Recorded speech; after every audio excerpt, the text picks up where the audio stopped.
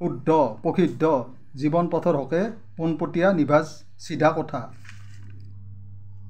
বক্তৃতা দিব ভাল কথা ক'ব নাজানিলে নাই, কিন্তু আবুল তাবুল বকি আনক অতিষ্ঠ কৰি আমনি বেজাৰ দিব কিয় লাগে। মন্দিৰ মছজিদ গীৰ্জাত সাধুসন্ত হ'বগৈ একো লাভ নাই, যদিহে অকণো মানৱতাই নাই।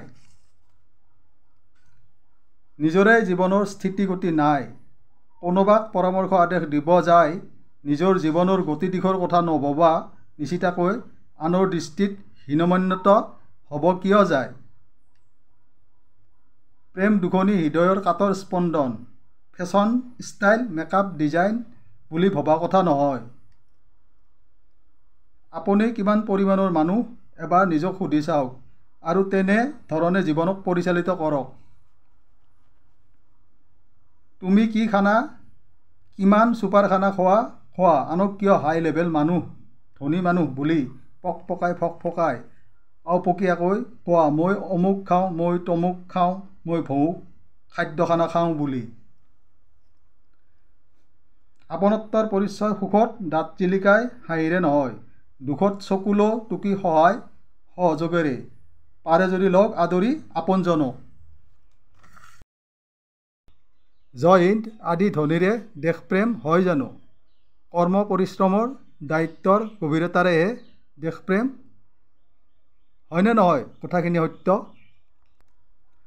বন্ধু হয় যদি দুৰ্যোগ বিপদৰ বুজ লওক, খাদ্য খানা নাস্তাৰ মোজ জুতি লৈ ল'বগৈ কিয় অন্যায় ভণ্ডামি কৰে।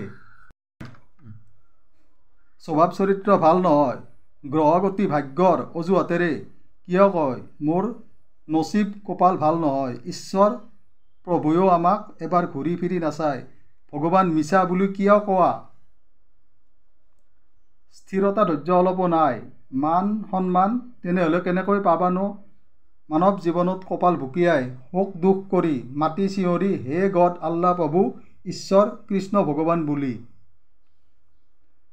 বেংক বেলেঞ্চৰ কথা অহংকাৰ অভিমানেৰে কৈ নিজ নিম্নমানৰ লোকৰ পৰিচয় দি একো লাভ নাই, কোনোবাৰ অভাৱত যদি 10 টকাৰেও সঁহাৰি নাই।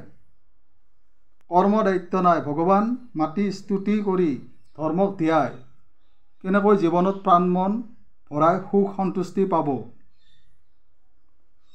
পিতৃ মাতৃক গুৰুত্ব নিদি ঈশ্বৰক স্তুতি প্ৰাৰ্থনা কৰিব গৈ কেনেকৈ সাধু শান্ত মহাত্মা ভকত হ'ব পাৰিব।